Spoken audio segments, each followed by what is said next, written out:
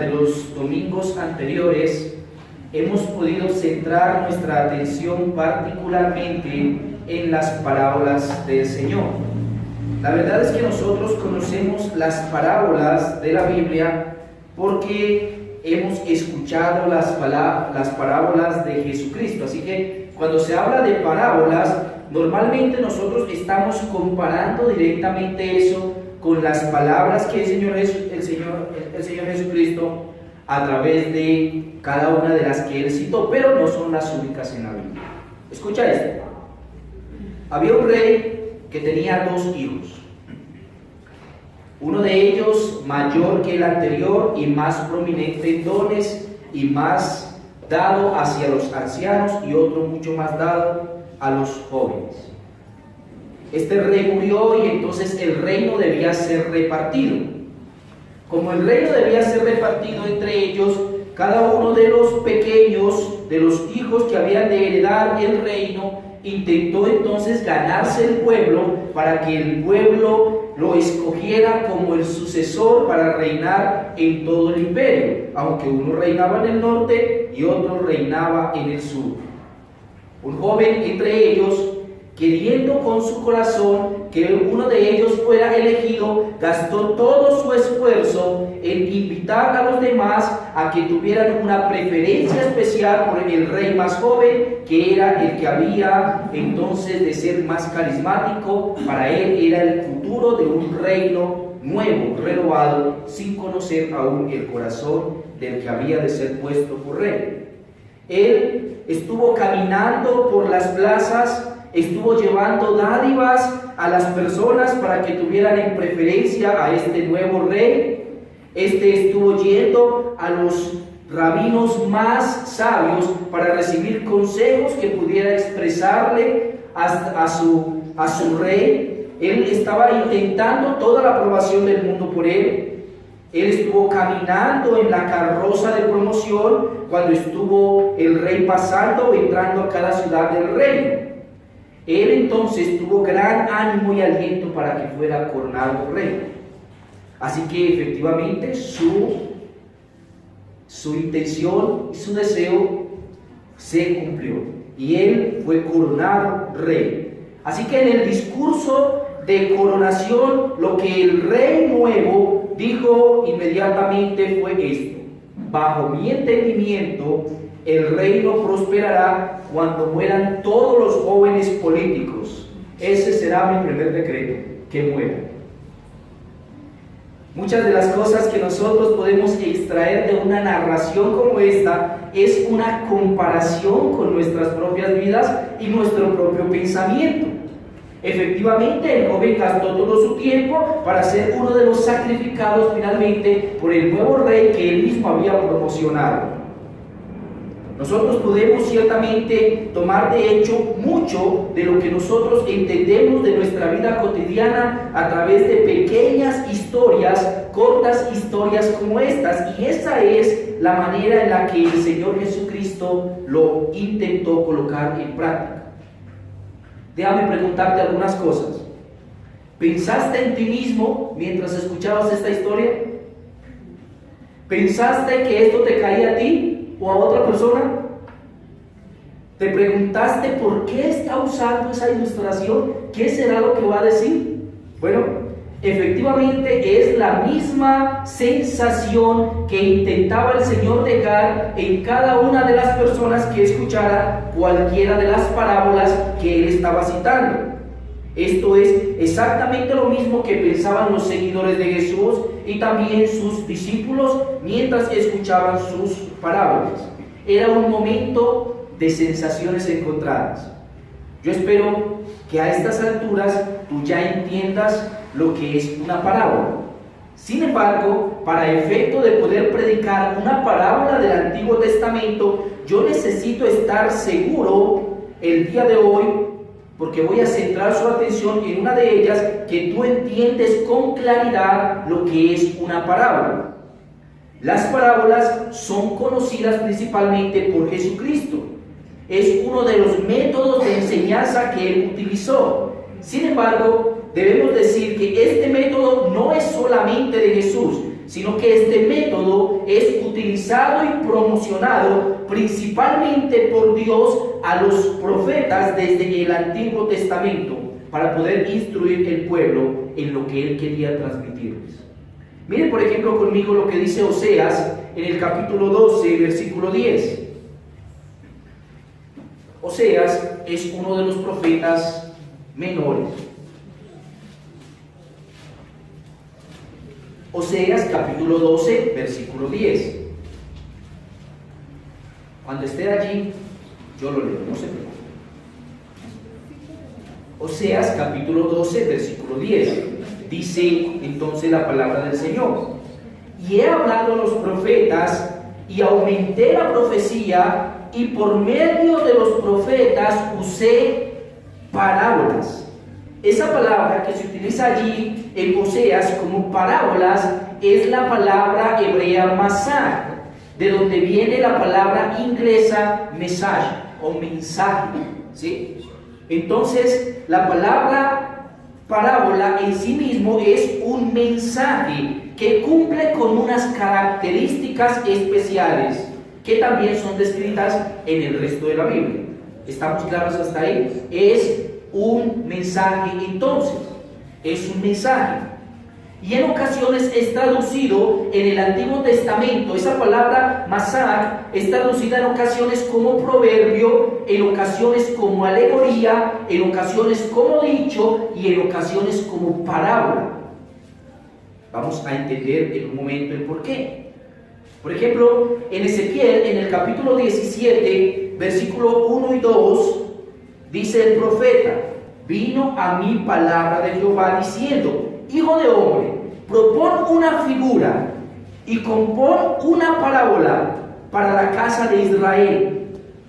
Dios le dice a Ezequiel que invente una historia, una figura que sea aplicativa al pueblo de Israel para que él pueda entender lo que es complejo de una manera un poco más práctica en su día a día.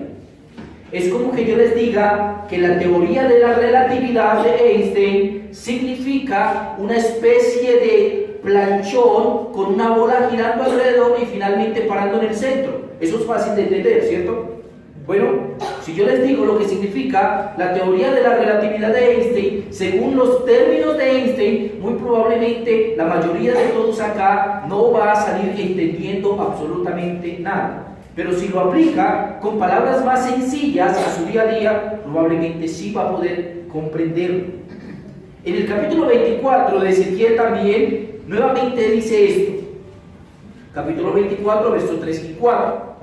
Y habla por parábola a la casa rebelde, y diles: así ha dicho Jehová el Señor: pon una olla, ponla, y echa también en ella agua, junta sus piezas de carne en ella, todas buenas piezas, pierna y espalda, llénala de huesos escogidos. Nota que la figura que Dios está utilizando para enseñarle algo a Israel es algo que ellos bien conocían, porque en el día de ir al templo a ofrecer holocausto había una olla en la cual se ponían todos los pedazos de carne dentro de ella y luego se escogían los mejores pedazos de carne para dárselos a los sacerdotes. Pero él está diciendo: no están allí los mejores, sino todos buenos. Luego les explica la parábola un poquito después. El punto es este. Nota que es una ilustración, ¿sí? Es una ilustración que en sí misma presenta un enigma.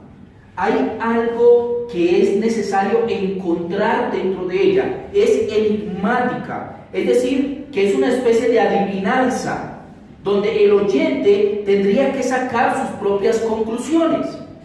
Sin embargo, el enigma no era tan difícil de resolver que las personas estuvieran incapacitadas para entenderlo, sino que dejaría pensando a cada persona si se trataba en realidad de ella, si está hablando de mí, si lo está diciendo por mí o lo está diciendo por otra persona.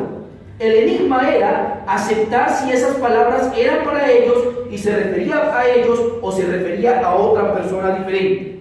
El punto es que los fariseos casi siempre concluían que se estaba refiriendo a otra persona diferente porque ellos eran demasiado buenos. ¿Nota, hermanos? Entonces, que la parábola es un mensaje, una ilustración que trae en sí misma un enigma y que es entendido por los oyentes, pero que genera en ellos una duda con respecto si se trata de ellos o se trata en realidad de otra persona. Sin embargo, cuando pueden concluir que se trata de ellos, esto le genera un profundo disgusto, una profunda ira. Va a salir enojado porque la ilustración o la parábola se refería a esa persona. Y eso es lo que pasaba con los fariseos. En Ezequiel, en el capítulo 20, verso 49, nuevamente dice lo mismo. Dice, y dije, Señor Jehová, ellos dicen de mí, ¿no profiere este parábolas? ¿O no prefiere este adivinanzas? Dicen otras versiones.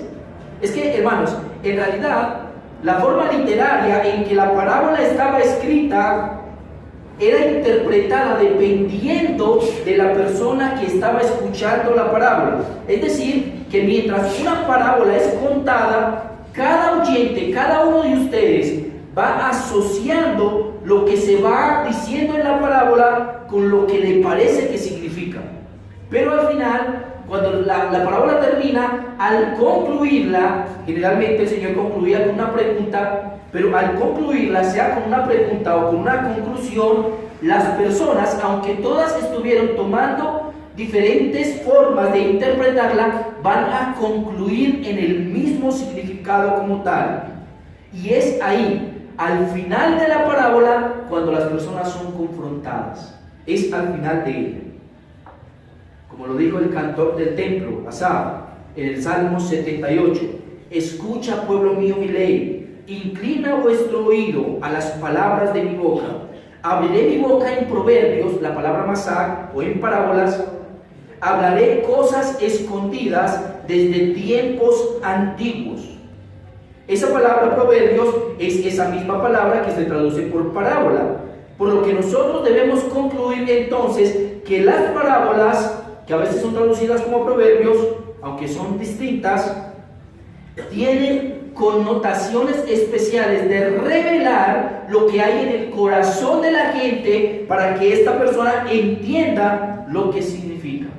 Sin embargo, hermanos, como la parábola es una figura literaria, debemos entender en qué hay distinción de yo decir que es una parábola o de decir que es una metáfora, de decir que es una parábola o de decir que es una alegoría, de decir que es una parábola o decir que es una fábula. Hay ciertas diferencias. Por ejemplo, cuando nosotros notamos la diferencia entre una metáfora y una parábola, es que para yo utilizar una metáfora solamente necesito decir que el espíritu es como un viento. Eso es una metáfora. El espíritu es como un viento. Lo estoy comparando, una comparación a un viento. Pero una parábola no utiliza solamente unas cuantas líneas, sino toda una narrativa que cuenta toda una historia para que las personas lleguen a una conclusión que puedan aplicar a sus propias vidas. Otra diferencia entre una parábola, por ejemplo, y una fábula es que la fábula es una narración que utiliza seres inanimados para dejar al final una moraleja. Pero una parábola no intenta dejar una moraleja, sino que intenta dejar aplicaciones prácticas para la vida de todos los oyentes. Ella intenta acusar de manera indirecta al oyente con respecto a una forma específica de verdad que se esté transmitiendo. Un proverbio es un dicho, pero una parábola no es solamente un dicho. Una parábola es toda una historia que está escrita en un lenguaje narrativo. Un proverbio es poesía. Tú le dices a una persona que hijo de tigre sale pintado. Eso es un proverbio. Pero una parábola cuenta la historia que es aplicada a tu vida y eso genera una profunda distinción. Sin embargo, hermanos, la mejor definición que tenemos de parábola la encontramos en Proverbios. En el capítulo 1, versos 5 y 6, dice que el sabio escuche estos proverbios y se haga aún más sabio, que los que tienen entendimiento reciban dirección. Al estudiar el significado de esto, Las parábolas entonces son entendidas con sabiduría y las personas reciben dirección a través de ellas. Bajo esto, hermano, nosotros entonces podemos ahora entender que las parábolas son una historia enigmática, o sea, que tiene una adivinanza en sí mismo, que tiene un significado que debe ser entendida por quien oye. Y a su vez esa persona se siente persuadida en aplicar esa parábola a su propia vida, a su propia historia. Esto, hermanos, es lo que pasó con los fariseos. Ellos se enojaron, no porque ellos no pudieran entender y no fueran corregidos. Mira cómo lo dice Mateo capítulo 13, verso 10 al 15. Los discípulos vienen al Señor y le preguntan: Señor, ¿por qué usas parábolas cuando hablas con la gente? Es una adivinanza. Así que para ellos era difícil entender en realidad qué era lo que estaba diciendo. Ellos esperaban que Cristo fuera más claro. Pero entonces Cristo les responde: a ustedes, a los discípulos, se les permite entender los secretos del reino del cielo. Les contestó, pero a otros no. A los que escudriñan mis enseñanzas se les dará más comprensión, el que intenta entender, y tendrán conocimiento en abundancia, pero a los que no escuchan se les quitará aún lo poco que pueden entender. Por eso uso parábolas, pues ellos miran, pero en realidad no ven, oyen, pero en realidad ni entienden. De esa forma, hermanos, se cumplen las profecías que dice Isaías. Cuando ustedes oigan lo que digo, no entenderán. Cuando vean lo que hago, no comprenderán. Pues el corazón de este pueblo se ha endurecido y sus oídos no pueden oír y han cerrado sus ojos. Así que sus ojos no pueden ver y sus oídos no pueden oír y sus corazones no pueden entender y no pueden volver a mí para que yo los sane. O sea que Cristo no hablaba en parábolas para ser más fácil de entender, no, al contrario. Él hablaba en parábolas para que solamente aquellos que se dedicaban a entender lo que Él decía pudieran comprender en realidad lo que Él estaba diciéndole a la gente. Él no estaba intentando hacer las cosas más sencillas, no. Él estaba intentando hacerlas más difíciles de entender. Por eso, hermanos, es que hoy en día nosotros debemos tener con claridad la idea de nuestra mente que cada una de las palabras de la Escritura no son fáciles de comprender si nosotros no escudriñamos lo que en ellas se contiene. La única manera en que tú eres alimentado por Dios, en la que tú creces en la voluntad de Dios, es que tú escudriñes con entendimiento la Biblia. ¿Cuántas veces no hemos escuchado a la gente decir: pero yo leo y leo y leo la Biblia y yo no entiendo nada? Es muy difícil de entender. No es muy difícil de entender. Un niño leyendo la Biblia puede entenderlo. Lo difícil es que tú tomes esas enseñanzas, las analices profundamente y entonces las apliques a tu vida. La Biblia no es una especie de código da Vinci, un código secreto que contiene una especie de elementos secretos dentro de ella, sino que la Biblia es sencilla de entender porque Dios la dio para que cada uno de nosotros, independiente de nuestro nivel de educación, solo con saber leer las podamos comprender. Él nos dio la Biblia en un lenguaje difícil. El problema no es comprender lo que allí dice. El problema es que nosotros lo analicemos, lo apliquemos a nuestra vida y que nuestra vida sea transformada por medio de él. Ahora, nosotros entonces al evidenciar esto, notamos que el corazón de las personas que no entienden la parábola es un corazón duro. Es lo que dice Cristo, ¿no?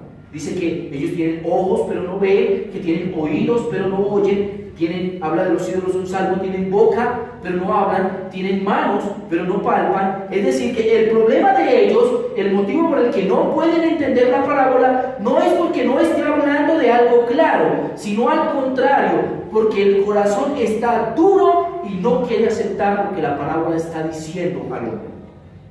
Hermanos, el hecho de que fuese una pequeña historia no significa que fuese una historia tan difícil de entender para el que quería, pero tampoco significa que fuera fácil de comprender.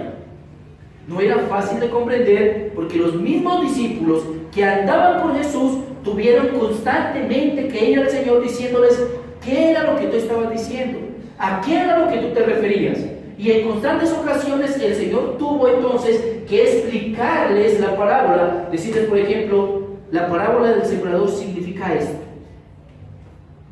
Él tuvo que hacerlo en constantes ocasiones, porque el hecho de que sea una pequeña historia no significa que sea tan elemental que yo puedo pasarla por alto y no meditar en ella, ¿sí? Ahora, hermanos, bajo este entendimiento y teniendo la seguridad que ahora tú puedes entender con claridad lo que significa una parábola, entonces voy a pedirte que me acompañes a Jueces capítulo 9, versículo 8 al versículo 15. Jueces capítulo 9, versículo 8 al versículo 15.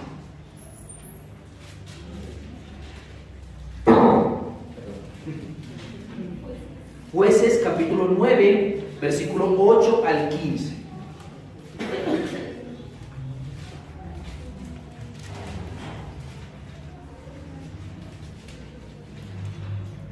Dice Jueces capítulo 9, verso 8 al 15.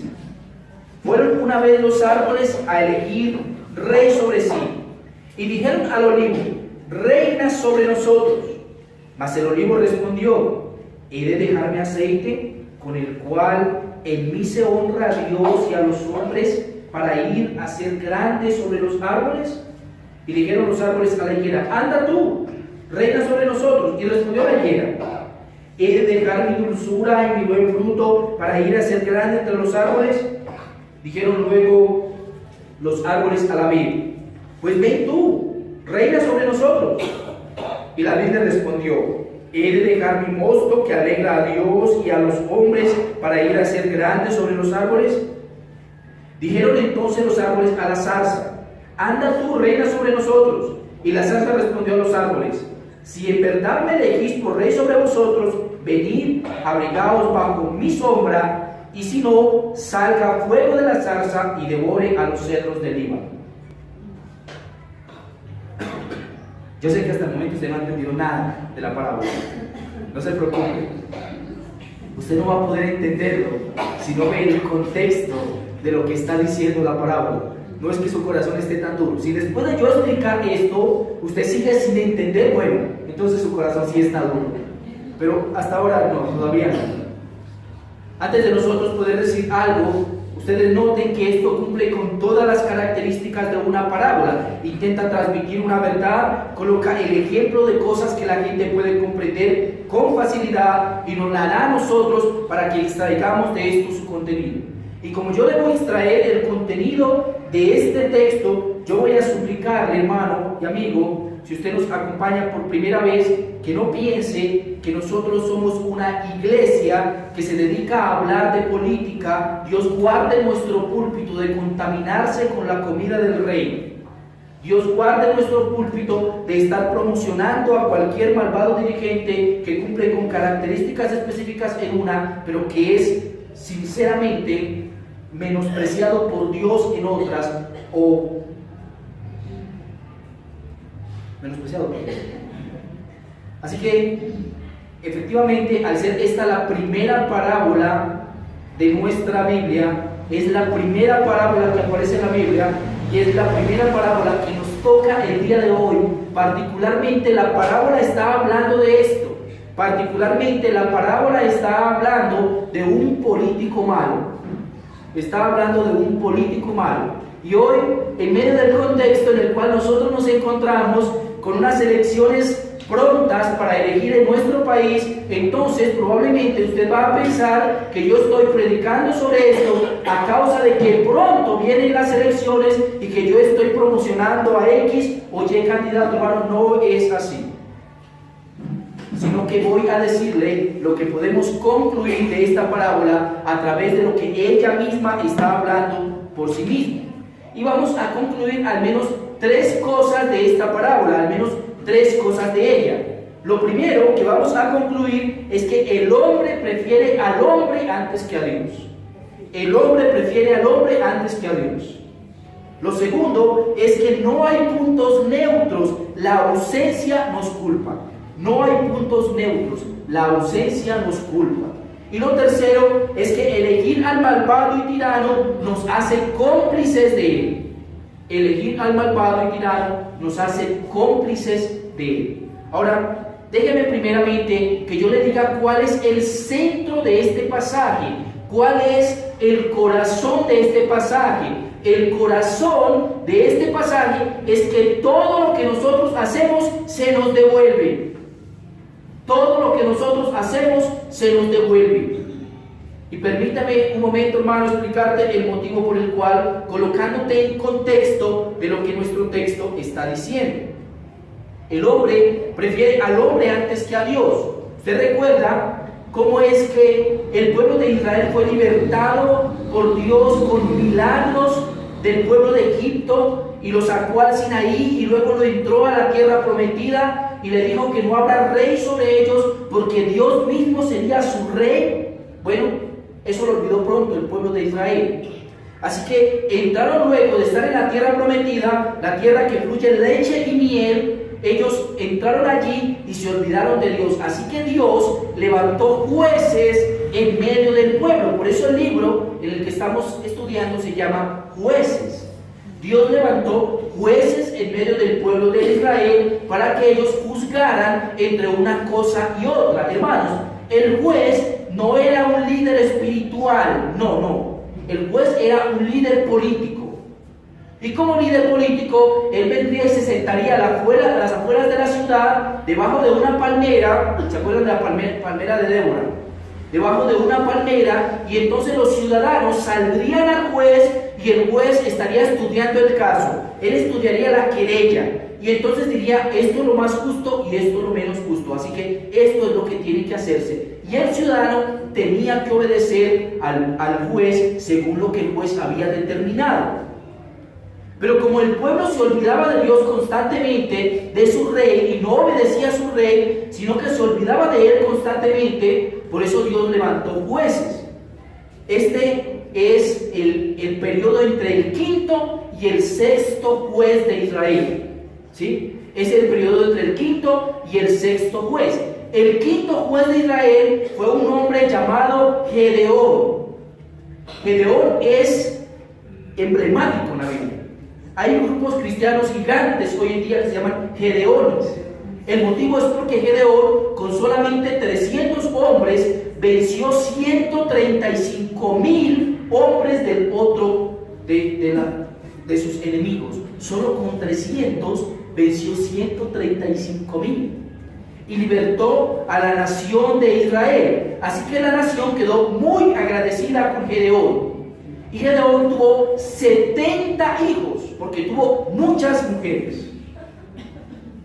Así que él tuvo 70 hijos, 70 hermanos. Mi papá tuvo 11, pero este tuvo 70. Es realmente algo impresionante. El problema no es 70 varones, no cuentan las mujeres. Tal vez haya sido muchísimos más, no cuentan las mujeres. 70 varones. Pero el problema de él no es haber tenido tantos hijos, sino haberlos tenido con tantas mujeres diferentes. Así que uno de los hijos que él tuvo, llamado Abimelech, hijo de una sierva, pasado algún tiempo después de la muerte de Gedeón, él dijo en medio del pueblo: bueno, habemos 70 hijos, somos 70, ¿quién va a gobernar de nosotros 70? Más bien, ¿saben qué voy a hacer? Me voy a ir a la familia de mi madre, que vive en Siquem, una población muy grande e importante, que vive en Siquem. Me voy a ir a la familia de mi madre y entonces voy a decirle que me pongan a mí por rey. Yo finalmente soy familia de ellos. Así que Abimelech, como un buen estratega, tuvo el primer intento de una democracia en todo el antiguo Medio Oriente. El primer intento de una democracia. Él se va hasta los niños, hasta su familia. Se va hasta su familia y le dice: yo soy familia de ustedes, pónganme por rey. Eran paganos, así que adoraban a otro dios distinto. El dios se llamaba Baal-Perim. Y ellos estaban adorando a ese dios distinto, así que le dijeron: bueno, entonces, como tú vas a reinar sobre nosotros, te preferimos a ti sobre los otros 70, te vamos a dar dinero para que tú hagas tu campaña política. Y entonces él tomó el dinero del templo, se fue a hacer su campaña política y alquiló algunos matones y vagabundos para que lo acompañaran y asesinó a sangre fría sobre una sola piedra a los 70 hermanos menos uno. Quedó el más pequeño, él mató a sus hermanos para que ninguno de ellos reclamara el reino. El más pequeño de ellos, llamado Jotam, se escondió y luego se fue hasta un monte arriba de la ciudad de Siquem, donde se encontraba la familia de Abimelech, y entonces gritó desde allá arriba: escuchen lo que les voy a decir. Y empieza a gritarles este proverbio o esta parábola, ¿sí? Ahí es donde nosotros nos encontramos. Ahora, el punto es este, hermanos. Dios había dicho al pueblo de Israel que entrados en la tierra, recibiendo los regalos, las bendiciones que Él les daría, ellos no colocaran sus ojos en ningún hombre, en ningún ser humano que los dirigiera, sino que lo colocaran en Él mismo, porque Él sería su rey, pero que en un momento específico Él iba a colocar un rey. O sea, tú tranquilo, te voy a colocar un rey, solamente aprende primeramente a ser gobernado por mí y luego te coloco un rey. Pero ellos entonces ya no quisieron eso. El hombre normalmente no desea la dirección de Dios. Él desea ver líderes físicos, palpables, que pueda seguir, a quienes pueda escuchar audiblemente y a quienes pueda entonces colocar su mirada y las fuerzas para identificarse con las mismas cosas que ese dirigente quiere. Las otras naciones, las naciones vecinas, ellas tenían un rey. Y ellos querían ser iguales a las naciones vecinas, pero Dios les había dicho que serían superiores. Solo que ellos querían ser iguales a las naciones vecinas. Así que el hombre, en su condición natural, él no desea ser gobernado por un Dios que le ha dicho que es lo bueno y lo malo para dirigirse en un mundo, sino que él desea colocar una figura visible a quien él pueda seguir, que sus ojos puedan ver, que sus manos puedan palpar, que las cámaras los puedan identificar, que sea prominente en las redes sociales y que sea seguramente un hombre bien versado y capaz de llenar plazas. Es lo que el hombre quiere. Es lo que el mundo quiere, hermanos, y más hoy en día, más que nunca, nosotros necesitamos ser entendidos en esto, porque estamos en un contexto donde la iglesia no puede tomar ningún tipo de partido en ninguno de los dos lugares. Él debe identificarse abiertamente, claramente, con las cosas buenas y también con las cosas malas. Él debe acusar al hombre por las cosas malas y entonces generarle algún tipo de referencia por las cosas buenas que haga, pero él no puede pasar las cosas malas por alto para identificarse con las cosas buenas. Ahora, lo que yo estoy diciendo es que los jueces eran líderes políticos y ellos podían entonces juzgar los asuntos del reino, pero ellos ya no quieren ni siquiera jueces, no quieren solamente la rama legislativa, ¿sí? Quieren también una rama ejecutiva. Ellos desean abiertamente entonces identificarse con un rey. Noten que este hombre no se está proclamando juez como su padre Gedeón, sino que se está proclamando rey sobre el pueblo de Israel. Y el pueblo lo avala, porque el pueblo se ha apartado de Dios. La única manera, hermanos, en que nosotros hagamos defensa abierta y neta en cualquier área, en todas las esferas de la vida de un político en nuestro tiempo, es que pasemos por alto sus cosas malas.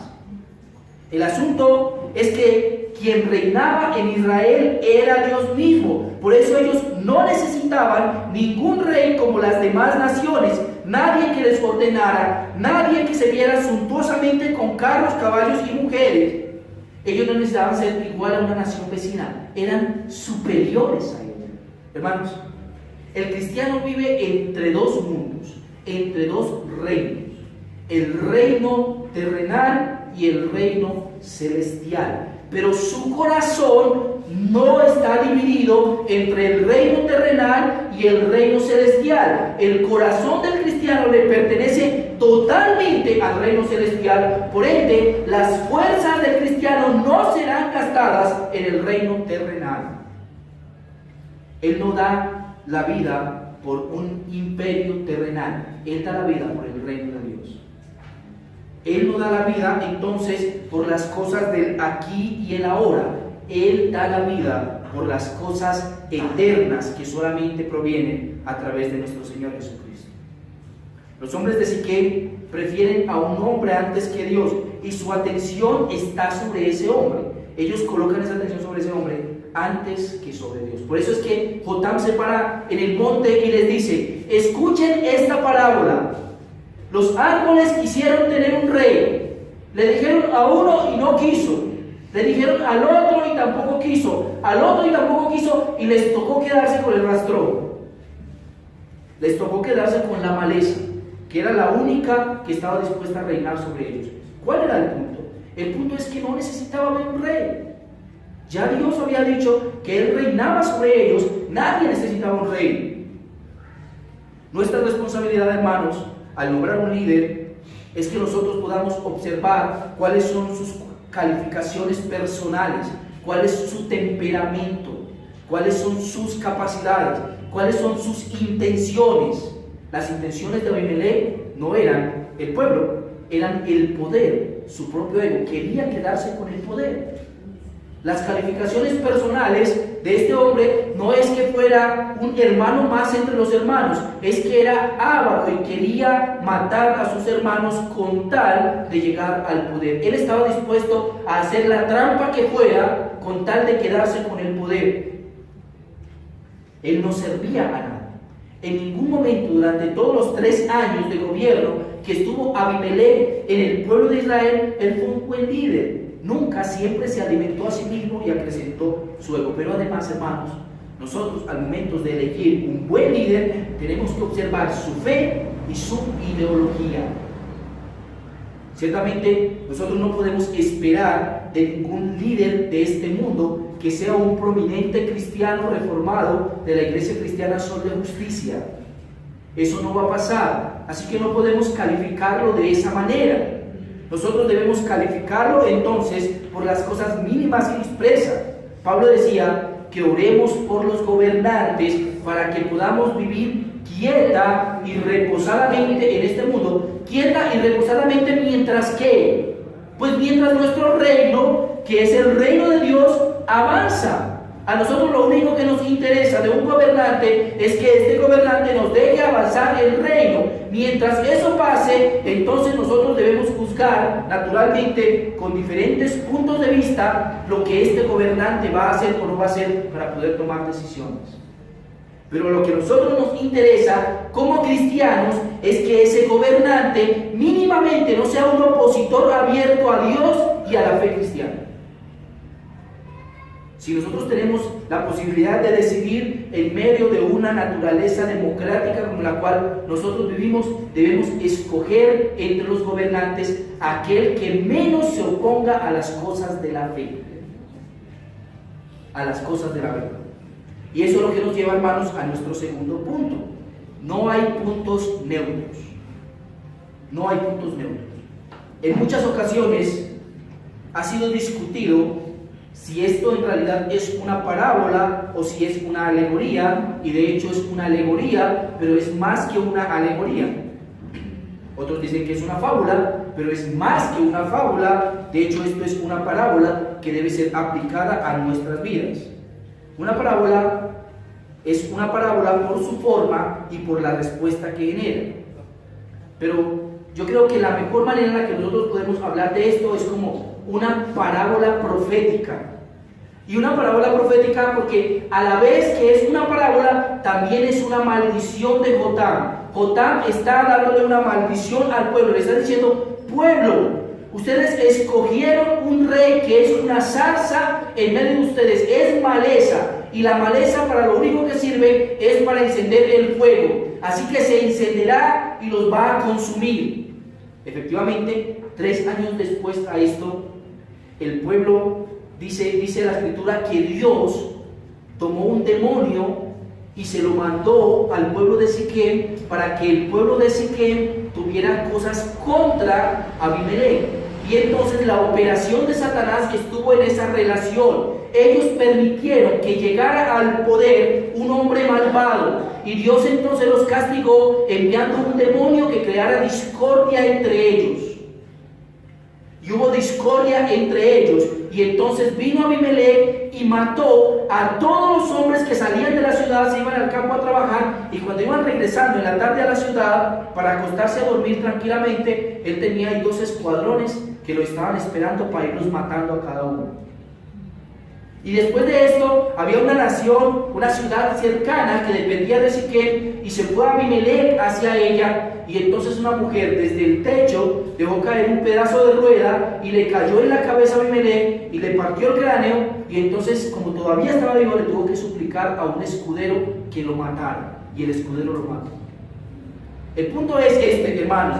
El punto es que en un momento, en un lugar donde está siendo gobernado todo el mundo bajo el gobierno de alguien específico, no es posible tener puntos neutros. El silencio no es posible, porque el hecho de que tú te quedes callado no significa que las cosas que legisle ese gobernante determinado en una nación no te vayan a afectar a ti. Va a afectar a todo el mundo. No hay puntos neutros en esto. Tú debes recordar claramente que el punto de equilibrio mayormente es un espacio invisible en el que todo el mundo intenta ponerse, pero en el que nadie es capaz de quedarse. Todos estos otros árboles que se quedaron a un lado y no quisieron gobernar, aunque eran efectivos, ellos sí podían servir de algo. Ellos sí servían de algo. Uno daba mosto, el otro daba aceite, el otro podía dar dulzura. Así que cada uno tenía algo bueno que entregar, pero se quedaron a un lado. Y eso no significó que cuando la zarza incendió, ellos no fueron quemados. Las personas de Siquem estaban nombrando lo que no necesitaban. Ellos no necesitaban un rey, no necesitaban adherirse a una persona que los gobernara, pero habían olvidado al Dios que los gobernaba. Luego, cuando ellos ya colocaron su confianza en un hombre, cuando se quedaron callados para que él gobernara sobre ellos, despiadadamente asesinando a sus propios hermanos, ellos fueron consumidos con la zarza. La zarza los puso bajo sus alas y luego los incendió y los quemó. Las consecuencias del silencio, hermanos, son vivir bajo el abrigo de un árbol malo. El quedarte aislado no te libra de las consecuencias de vivir bajo el gobierno del malo. Tú tendrás que vivir bajo ese gobierno, sea lo que sea, aunque votes en blanco, aunque hagas un voto nulo, aunque hagas lo que hagas, tú tendrás que vivir bajo las consecuencias de un gobierno malo y recibirás esas mismas consecuencias independientemente de si es tu elección o no es tu elección. No hay puntos neutros, queridos hermanos. Pero aparte de eso, el texto también nos enseña que elegir al malvado y tirano nos hace cómplices de él. Elegir al malvado y tirano nos hace cómplices de él. Yo he dicho algo práctico con respecto a mantenernos al margen, y debo decirlo con respecto a apoyar personas que Dios desaprueba. Por eso debemos estar convencidos de la aprobación de Dios, no porque sea el modelo que cumpla con todas las características que nosotros deseamos. Si eso pasa, hermanos, el cristiano no solamente va a salir de este de acá y va a quedarse con este de acá, sino que va a ir empeorando cada día. Nosotros no estamos viviendo bajo el gobierno de una teocracia, es decir, que la Biblia no está gobernando nuestro país. Dios gobierna nuestro país porque Él quita y pone reyes según lo que Él desea. Y nosotros debemos poner nuestro voto en los candidatos que Él por su soberanía ha puesto para que nosotros elijamos. No podemos estar aislados. No, hermano, no es porque cumpla el modelo con las cualidades que nosotros desearíamos como cristianos. Si por nosotros fuéramos, pondríamos a Juan Calvino como presidente. Juan Calvino, presidente de Colombia. Pero eso no va a pasar. El hecho, hermanos, es que las cosas que nosotros vemos nos han de hacer llegar a conclusiones específicas. Debemos preguntarnos algunas cosas con respecto a nuestros gobiernos, como también con respecto a Abimelech. Lo primero es preguntarnos esto, hermanos: ¿este mandatario acercará a las personas más a Dios? La respuesta de Abimelech es no. De hecho, él se había vuelto a otro dios llamado Baal-Berith. ¿Tenía una vida moralmente aceptable? La respuesta es no, no tenía una vida moralmente aceptable. De hecho, estaba confabulado con su familia para asesinar a sus propios hermanos. ¿Estaba siguiendo el ejemplo de su padre? La respuesta es no. Gedeón fue un glorioso juez de la nación de Israel, uno de los pocos líderes que nosotros podemos imitar hoy en día. Algunas pocas personas, nosotros, 40 personas en este salón, conquistando una ciudad de miles de personas. Eso es ser como Gedeón. Y Gedeón fue un ejemplo para toda la cristiandad. ¿Está cumpliendo la ley el pueblo de no tener un rey? La respuesta es no. De hecho, él estaba deseoso del poder. Cada uno debe sacar conclusiones con respecto a esta parábola y debe aplicarlo a su propia vida y al tiempo en el cual se encuentra. Particularmente, hermano y amigo, tú llegaste el día de hoy que estamos iniciando a predicar las parábolas porque Dios quiere que tú entiendas que eres responsable de la nación, pero también que tú entiendas que todo en la vida se retribuye. Lo que tú hagas, bueno y malo, será retributivo. El pueblo había escogido a un hombre malo y lo había escogido con maldad, y eso se les devolvió contra ellos en un momento específico. Nosotros recibiremos del Señor también gloriosamente méritos, hermanos. A pesar de que no somos salvos por méritos, cada uno de los méritos que hacemos en este mundo se acumulan en el reino venidero. Cada uno de esos méritos nos dará un lugar especial en el reino. Tú no podrás creer que la Biblia enseña que en el cielo habrán grados de bendiciones. O sea que tú, que nunca has hecho nada, no recibirás lo mismo, aunque también estés en el cielo. No recibirás lo mismo que aquel que entregó su vida por el Señor. Tú, que nunca has querido involucrarte en la iglesia, no vas a recibir lo mismo de aquellos que están sudando gota a gota en la iglesia por mantener el ministerio y extender el reino. Eso es lo que enseña la Biblia. Pero también es verdad a la inversa. La Biblia también enseña que en el infierno habrá grados de castigo. Una persona en el infierno estará más castigada que otra, ambas en el infierno, pero una, aquella que tenía conocimiento de lo bueno y no lo hizo, estará siendo más castigada que aquella que no tenía ni idea de nada. Es lo que enseña la Biblia. Las cosas son retributivas. El pueblo de Siquem vio cómo el propio líder que ellos mismos habían escogido se volvió contra ellos, y los arrasó, los mató. Además, en este capítulo de Jueces hay una historia que fue emblemática por todos los siglos después de eso. Ustedes han de recordarla, la torre de Siquem. En Siquem había una torre, y todos los que vieron que Abimelech estaba viniendo a destruir la ciudad salieron corriendo a la torre y se escondieron allí, porque la torre era el ídolo del dios Baal-Berith. Y dijeron, no, este ama a Baal-Berith, ¿cómo va a venir y va a destruir la torre en la cual se encuentra? Así que se fueron corriendo, se escondieron en la torre, y luego vino Abimelech, se fue al monte, cortó leña y hojas secas, y vino y los ahogó a punta de humo. Ciertamente, hermanos, nosotros encontramos dentro de nuestra vida cosas retributivas. Lo que nosotros hacemos se nos retribuye. Que lo que tú hagas hoy, querido hermano y amigo, sea escoger a este glorioso Dios que es el único que puede eliminar las consecuencias de tus actos pasados antes de conocer al Señor.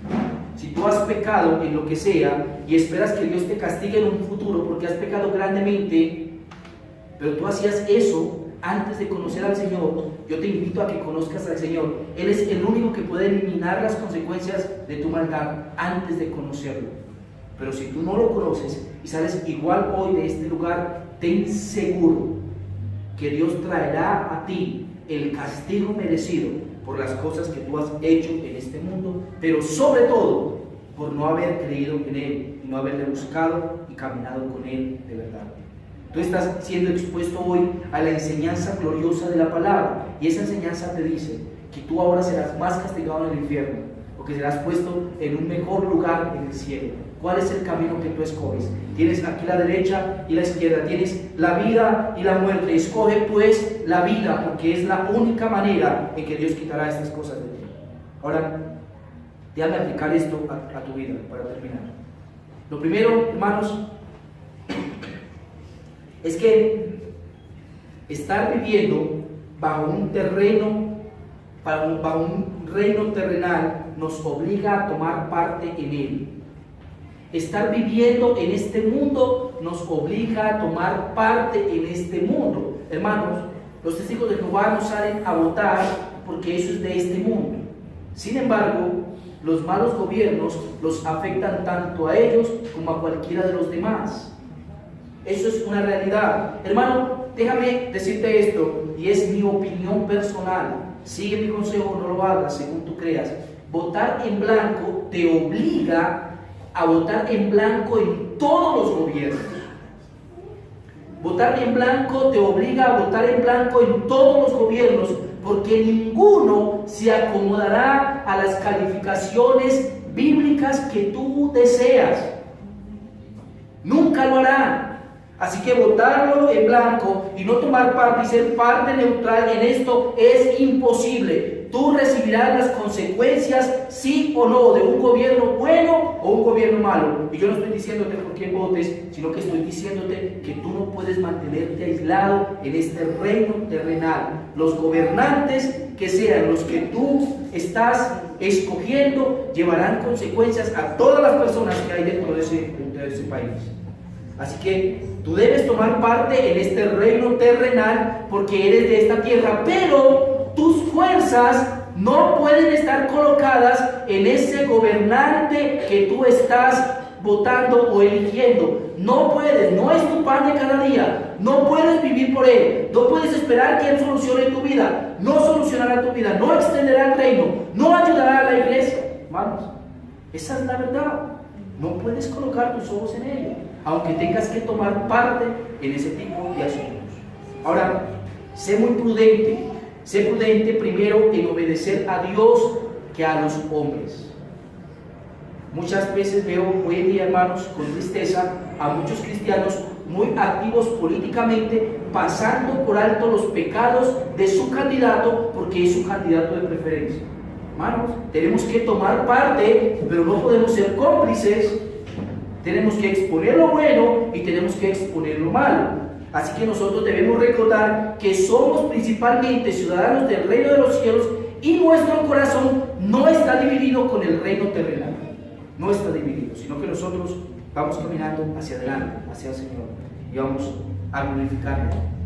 Querido hermano y amigo, que ha sido expuesto el día de hoy a esto, Dios limpie este púlpito y lo libre de en algún momento prestarse para hacer algún tipo de campaña política por un reino terrenal. Dios libre a cada uno de los cristianos de colocar sus ojos en los mandatarios terrenales, que no son ni siquiera cristianos, antes de colocarlo en Dios, que es el único que puede guiarnos para donde nosotros queremos ir. Hermanos, nuestro reino se extiende y cualquier cosa a nosotros nos beneficiará, sea porque caigamos en un gobierno malo y nos persiga.